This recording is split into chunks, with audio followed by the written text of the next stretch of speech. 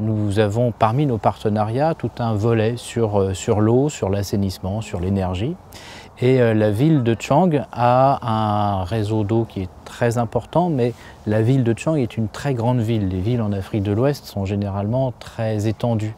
Et il y a comme cela des villages qui ne sont pas approvisionnés en eau potable. Et il nous a semblé que cette fontaine pouvait précisément être un complément à l'aménagement déjà existant.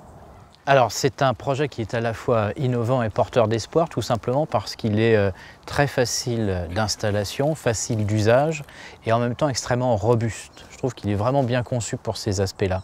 Et du coup, ça nous permet de pouvoir installer cet équipement facilement dans des zones difficiles d'accès et qui peut venir en complémentarité, par exemple dans le cas de la ville de Tchang, de l'équipement général et du réseau général que nous avons déjà pu développer avec cette ville, mais d'apporter ces fontaines au bout du réseau, ou bien dans les zones, dans les villages qui ne sont pas desservis. Parce qu'en fait, très souvent dans les villes africaines, sont très étendues. Et donc vous avez des villages très éloignés que l'on ne peut pas accompagner, qu'on ne peut pas relier au réseau général. Et bien cet équipement va permettre justement d'apporter de l'eau potable.